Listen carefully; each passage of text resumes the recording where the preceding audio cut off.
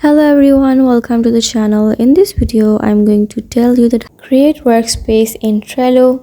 So let's start the video. First of all, open up your Trello workspace. To tap on create on the top of your screen, create your workspace.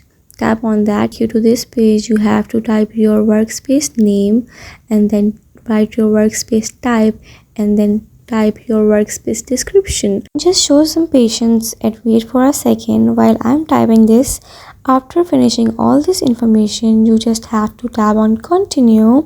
After tapping on continue, it will take you to this page. You just have to write emails of your members and then tap on invite to workspace. That's how you can set up your Trello for your team. Thank you so much for watching the video. If you like the video, like, share and subscribe to our channel.